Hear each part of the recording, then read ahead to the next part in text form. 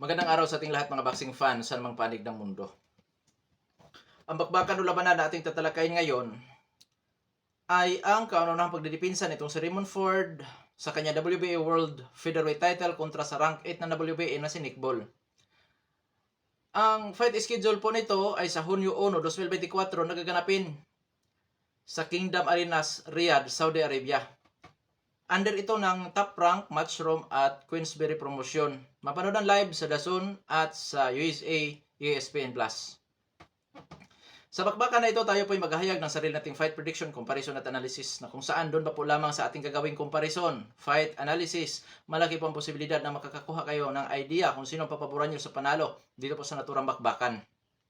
Dahil detalyado na inyong malalaman kung saan naging dihado, saan naging llamado ang magkabilang panig. At dahil sa magkaroon tayo ng comparison, marapat lamang na atin mo nang alamin ang konting background dito sa magkabilang panig mula sa kanilang physical na appearance, experience o karanasan sa laban, maging sa kanilang mga taglay-taglay na skills o mga galawan. Dahil yan po ang ating gagamiting referensya doon naman sa paghayag natin ng comparison. Bagamat tayo po ay naghahayag ng prediksyon sa laban na ito, panoorin din po ninyo ang buong video.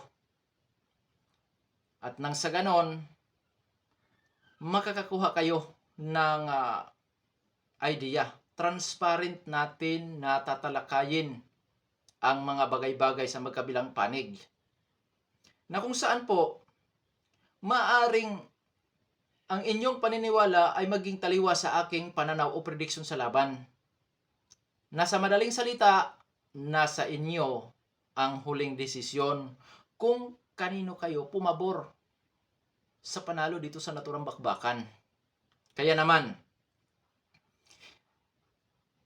bago natin simulan, para po sa mga boxing fans na bago po lamang napadpad dito sa Timunting Channel, inanyayahan ko po kayo na sana supportahan po niyo sa pamamagitan po ng pag-subscribe, like, and share. Para po sa mga boxing fans na walang sawa na sumuporta at sumubaybay dito sa Timunting Channel, taos puso po ang nagpapasalamat sa inyong lahat. Wala po ang Dong Sports PH kung wala rin po kayo mga idol. Kaya hindi natin patagalin pa, simulan na natin, alamin na natin ang mga background dito sa magkabilang panig at unahin natin ang rank 8 sa WBA na si Nick Ball na kung saan magsisilbing challenger dito sa naturang bakbakan. Bilang isang professional boxer, itong si Nick Ball po ay may impresibong kartada. 19 wins with 11 wins coming by way of knockout, undefeated, ngunit may isang naitalang tabla sa kanyang record. May edad 27 anyos at ang height 5 foot and 2 inches. Orthodox ang kanyang stance, knockout ratio 57.89%. Last fight nitong si Nick Ball, March 18, 2024, nagsisilbi siyang challenger sa WBC ni Ray Vargas na kung saan nawi po sa tabla ang kanilang laban, nawi po sa split draw ang kanilang bakbakan. Karanasan o eksperyensya nitong si Nick Ball, minsan na itong naging world title challenger at ang uri ng kanyang kinalaban na kung saan nagbibigay ng magandang karanasan para sa kanya at siyempre pagkakilanlan ay ang laban niya kay Ray Vargas at siyempre sa laban din niya doon sa dating world champion sa super bantamweight division na si Isaac Dogbe. At siyempre hindi lang yun mga lods, marami pa. Yan lang dalawa ang ating pinangalanan. Sa skill sa taglay-taglay nitong si Nick Ball, all-around boxer ito. Pagka sinasabing all-around boxer, halos lahat ng galawan mayroon ang boksingerong ito at may husay ito sa teknikalan na laban. Pressure fighter style, defensive style, lumalaban sa brulan o tututo na bakbakan, may counterpunching style. At sabi ko nga kanina, may husay sa teknikalan itong si Nick Ball. May pagka-agresibo ito. Taglay ang hand speed, power, timing at accuracy. Maliksi kung kumilos o gumalaw itong si Nick Ball. Footwork, in and out, ginagamit ang ring, footwork na kung saan mga lods, ang bilis nito makapasok sa range ng kanyang mga katunggali. At siyempre, pagdating naman sa depensa, may husay pagdating sa depensa itong si Nick Ball. Pero hindi ibig sabihin noon na hindi matatamaan, natatamaan pa rin. At doon natin nakikita na may tibay si Nick Ball mga lods. Ngayon sa panig naman ng kasalukuyang kampiyon ng WBA na si Raymond Ford. Bilang isang professional boxer, itong si Ford naman ay may impresibong kartada po. 15 wins with 8 wins coming by way of knockout undefeated. Ngunit may naitalang isang tabla. May edad 25 anyos at ang height 5 foot and 7 inches, reach 69 inches. Southpaw naman ang kanyang stance sa count ratio 53%. Last fight nitong si Ford, March 2, 2024. Nakatunggali nito ang dating Olympian na si Otabe Kulmatov. Panalo by 11th round technical knockout si Raymond Ford at nasungkit niya ang bakanting WBA World Featherweight title.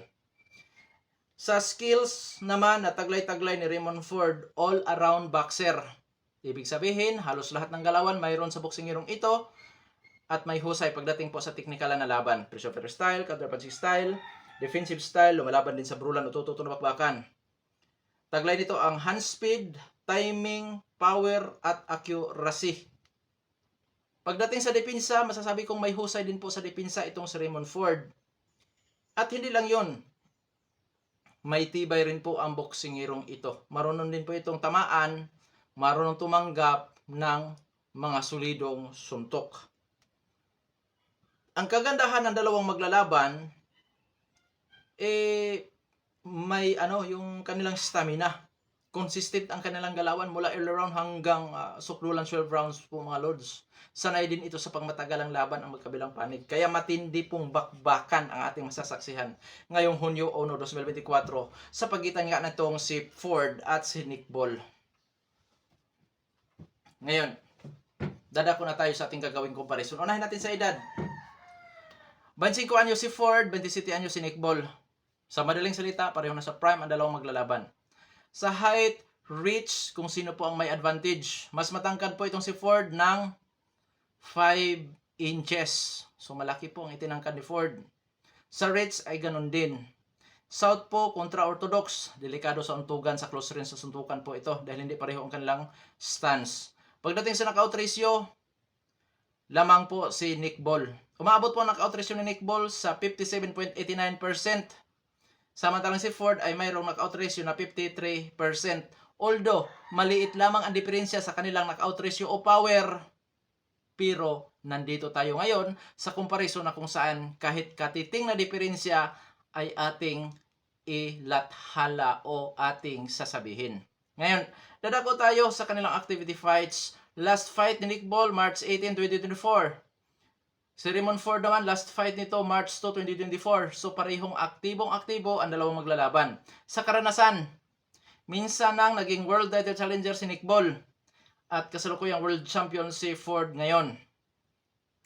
Sa madaling salita, kung sa uri naman ng kinalaban ay hindi po magkakalayo ang dalawang maglalaban. Oo, hindi po magkakalayo.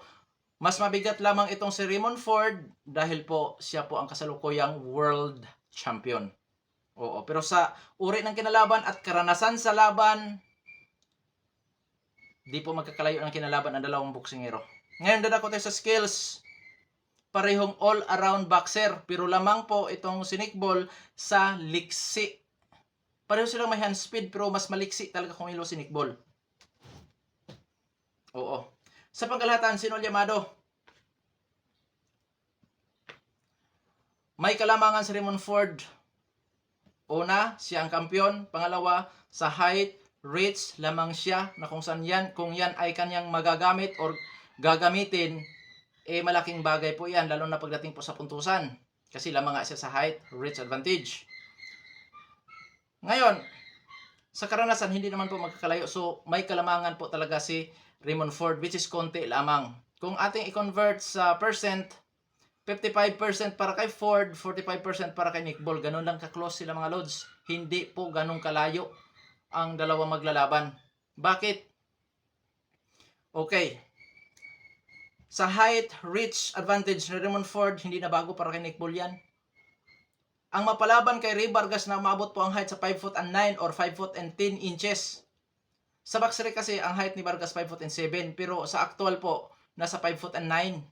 Ang height nitong si Ray Vargas. Hindi na bago para kay Nick Ball ang mas matatangkad sa kanya. At malimit siyang mapapalaban sa mas matangkad sa kanya na kung saan kaya niyang utilize yan. Kaya niyang mapawalang bisa ang height disadvantage sa kanyang mga katunggali. Katulad ni Ray Vargas. Hindi gaano nagamit ni Vargas sa kanyang height. Sa bagay, yung pagtakbo. Takbo-takbo, defensive style ni Vargas, mga lods. Yun, naging epektibo pero inabot pa rin. Bagsak nga siya eh. At sa karanasan, hindi rin po magkakalayo. Kaya may kalamangan ng konti si Raymond Ford, pero may laban si Nick Ball. Kaya 55-45 lamang. Ngayon na tayo sa ating gagawing prediction, official prediction po ng Dong Sports PH. Raymond Ford by split or unanimous decision. Kuya Dong Sports, wala bang tsansa na manalo si Raymond Ford by knockout? This is boxing, anything can happen. Bagamat hindi po ako kumbinsido, pero may posibilidad na mangyari yan dahil suntukan ito. Ika nga ni Gennady Golovkin, sa isang suntok lang kayang magpabago sa takbo ng laban. Sabi naman ni Margarito, sa isang suntok lang kayang tumapo sa laban. So mali natin makapagpatama ng solido si Ford dahil may power naman kahit papano itong si Ford po mga lods na kayang mag-knockout, kayang magpatumba ng katunggali. Ngayon, sa panig naman ng challenger, may palagba ang challenger dito sa laban? Oo naman. Para po sa nagkomento, kung may palag nga ba ang challenger? Yes. Opo, mayroong palag. Katunayan, risky, delikado ang kampiyon ngayon dito na matalo. Although pabor ako kay Ford na manalo. Pero dito sa panig ni Nick Ball, gamit ang kanyang liksi, hand speed, sinamahan ng power, may kalalagyan si Ford dyan. Posible siyang matalo sa pamamagitan po ng puntusan, lalo na't sanay din sa pangmatagalang laban ito si Nick Ball, at posible ding makatikim ng knockout o bagsak sa Raymond Ford sa laban na yan. Dahil sa power, hand speed o kung saan posibleng malingat si Raymond Ford. Sa madaling salita, hindi po kagulat-gulat na manalo ang challenger. Pero bilang isang challenger, mga lods, kailangan ni Nick Ball ang magtrabaho ng husto. Kung kaya niyang i-knockout ang kampiyon, dapat i-knockout niya na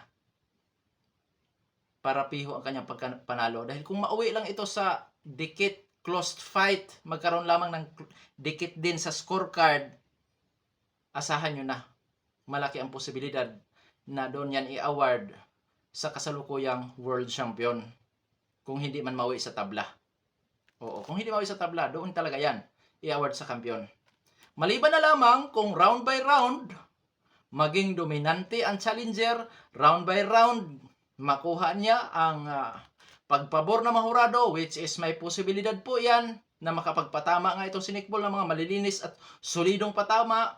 Dahil sa boxing kasi, lalo na sa professional fights, hindi lamang sa paramihan ng suntok tinitingnan ng mga hurado, bagkos maging sa kalidad o quality ng suntok. Ano ba ang klaseng suntok na masasabi natin di kalidad? Yung malinis na nakapagpatama. Pangalawa, yung mapaminsalang suntok. Yung iniinda. Yun yung di kalidad na suntok mga lods. No, kung saan di malayo na magawa yan ni Nick Ball gamit ang kanyang liksi at yung hand speed. Na kung saan hindi kagulat-gulat na manalo nga ito sa puntusan at kahit sa knockoutan po mga lods. Kaya masasabi kong risky nga na katunggali si Nick Ball para dito kay Raymond Ford. Oo. Pero sana, makuha ni Raymond Ford ang tamang adjustment kung paano niya magamit ang kanyang height and disadvantage dito. Kasi all-around boxer din si Ford. So may husay sa teknikalan na labanan ito. Oo. Sa boxing kasi mga lods, hindi lang palakasan yan kundi pautakan na rin. Kaya nakadepende ito sa strategy, diskarte na magkabilang panig. Na kung saan malaking pagsubok ito sa kasalukuyang world champion ng WBA sa featherweight division na si Raymond Ford. Oo, napakalaking pagsubok nito mga lods. Kasi ang iba kasi iniisip na dehadong-dehado si Nick Ball. Oo, dehado lamang siya dito. Pero hindi po ganun kalayo eh. Lalo na sa liksi at galaw nito. Grabe. Yung hand speed at liksi nito mga lods ang magpapahirap sa kanyang katunggali.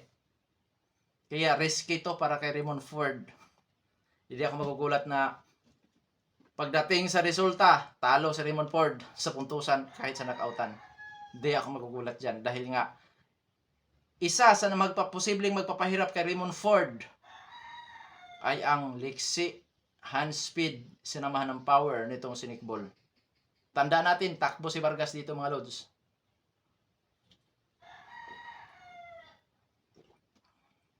dahil hindi kayang sabayan din ni Vargas ang hand speed nitong si Nick Ball. Ginamit ni Vargas ang height, footwork kung saan makapanatili sa distansya. Kasi pag sumabay siya do, kawawa siya. Bagsak nga siya mga lods, mga tinamaan nahabol. Kaya risky kalaban si Nick Ball. Yan lang ang masasabi ko. Dito na lamang, ito Badong Sports PH. Maraming salamat po.